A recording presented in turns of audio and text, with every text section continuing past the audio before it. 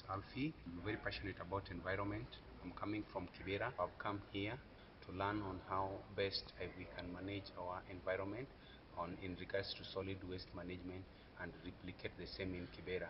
Whatever I'll learn here, whatever I'll borrow from others who are doing amazing work outside here in regards to the environment, I'm going to replicate it back and also join other youth organizations doing the same and see on how best we can manage our waste. So I'm looking forward to create more networks and learn more on how we can do this in Kibera.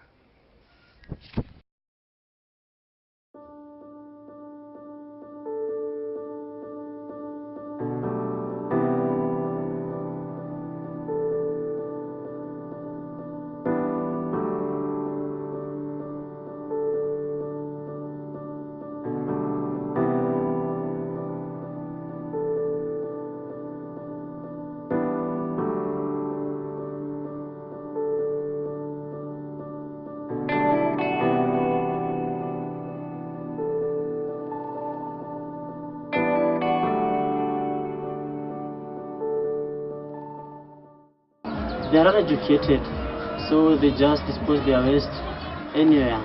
For example, in the drainages. The environment issue facing by Kibra is we don't have a place to dump. That's the big issue that we have.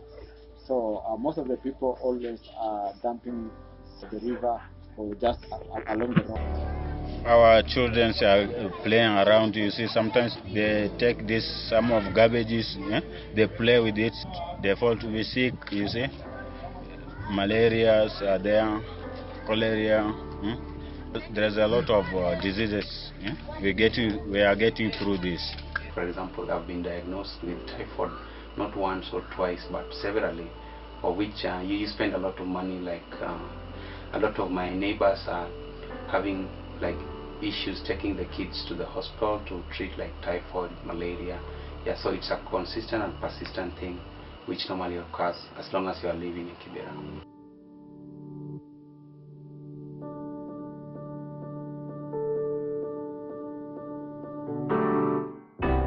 There are a lot of programs which have been run doing the same garbage, but most of them are not being sustainable because there's also a very well-known organization. It recruited the young people, it involved them in the process, but when they went without even telling the young people why, giving them the reason, the program entirely stopped and people resumed dumping the waste again as they were doing initially. So most of these programs are not sustainable because of dishonesty among the people. There was a similar process going on, but they could not manage it because they are like coming to say that they have to pay the youth. And you can't pay someone where you're not earning anything. It will be hard for the youth. They are like a company. And to manage a company is not that easy because they are paying people and they are not earning anything from those people. So it ends up being because it came issues of no payment for the youths, so there's not been any consistency. We are trying, you see, no support outside, so we are just to volunteer ourselves to this work.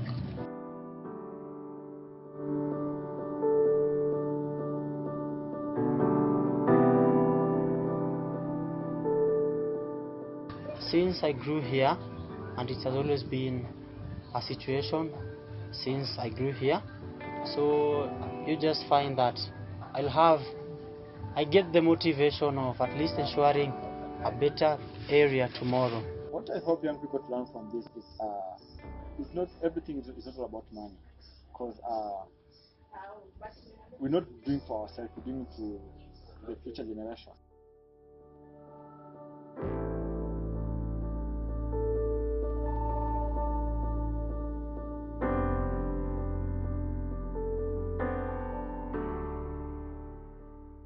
This river is called Makina Stream. It used to be a running river with clean water, but it has turned to like a dumping site. So today we are engaging the young people, like we want to collect and clean the river and also take the entire garbage to the dumping site.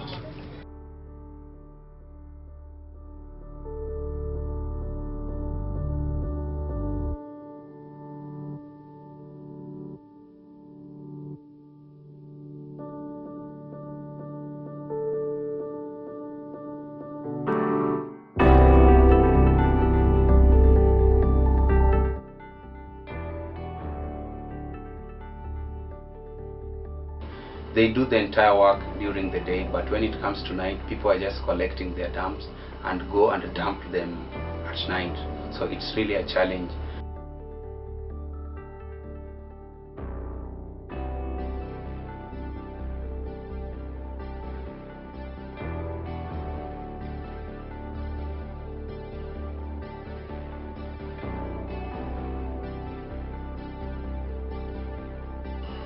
After collecting all these rubbishes from different households, we put them together. We sort them out in the basis of recyclable ones and non-recyclable ones.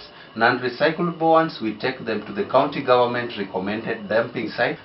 Recyclable ones, we pile them together and sell them to different recycling companies so that they can make other product out of them.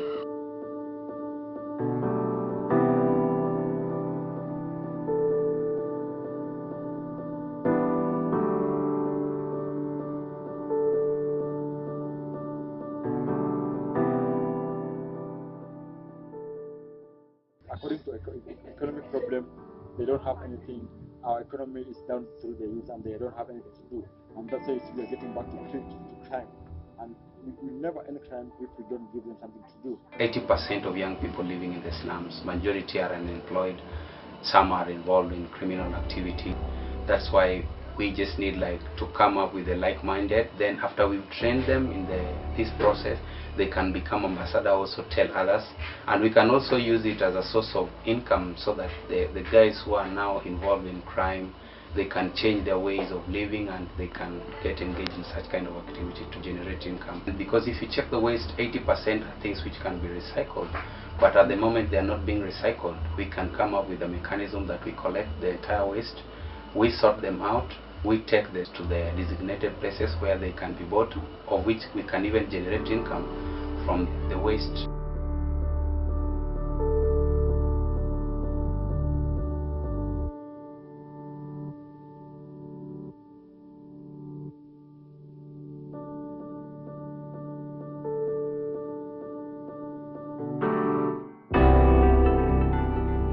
And I don't have equipment. Even I use my hands sometimes to remove. I put my hands to the paper and remove it with my hands, you see. Even gloves, we don't have this equipment, we don't have. Saying this is good alone is not enough. They need to show it by giving support. They can as well do whatever sponsorship they want. Our doors are open. They can come and support at whatever. They can train us on waste management, because some of us have not been trained on waste management. They know nothing about the environment. So they can always bring these sessions where they can engage the young people on how best they can keep the environment. Once you have the skills, what we have is if we can have the facilities of dealing with waste management at the skips, and if we can have not even a big of a plant, even if it's a small of waste plant where it can be cycling the garbage in Kibra, I think that would be a good solution.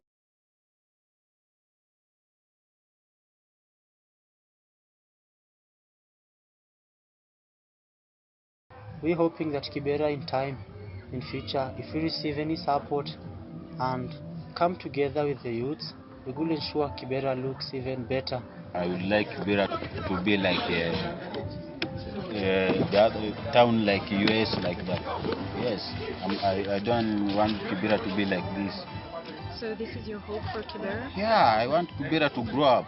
I expect Kibera to be clean and much cleaner than the way it is. I hope Kibera will become a sustainable city with vibrant infrastructure that caters for everybody who lives in Kibera.